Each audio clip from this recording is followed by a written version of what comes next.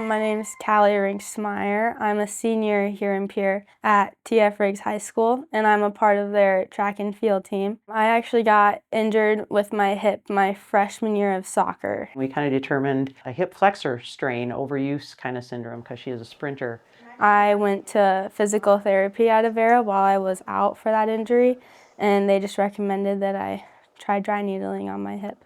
So, we tried a lot of different things. We tried the good stuff of exercise, stretching, watching her form, making sure she was using the right mechanics and so forth, some manual therapy and things, and she was a lot better, but just still having that soreness enough to really bother her. So that's why we decided to try some dry needling with her. My first thought of the process, I was intimidated by it, because I'm not a big needle person whatsoever. And after the first treatment, the results were very effective to my performance and how I felt.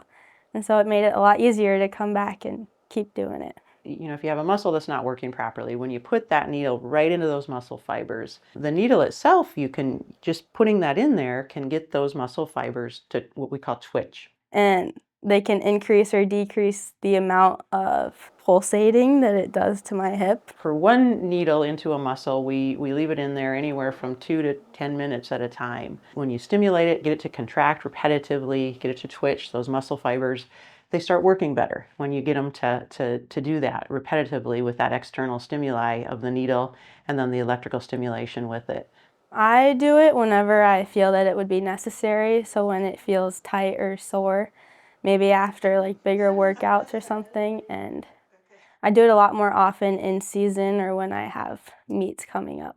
It just put her over that hump to where she was performing better. Her times were better. Well, it's for sure helped my performance in track, and it will help my hip just feel better overall.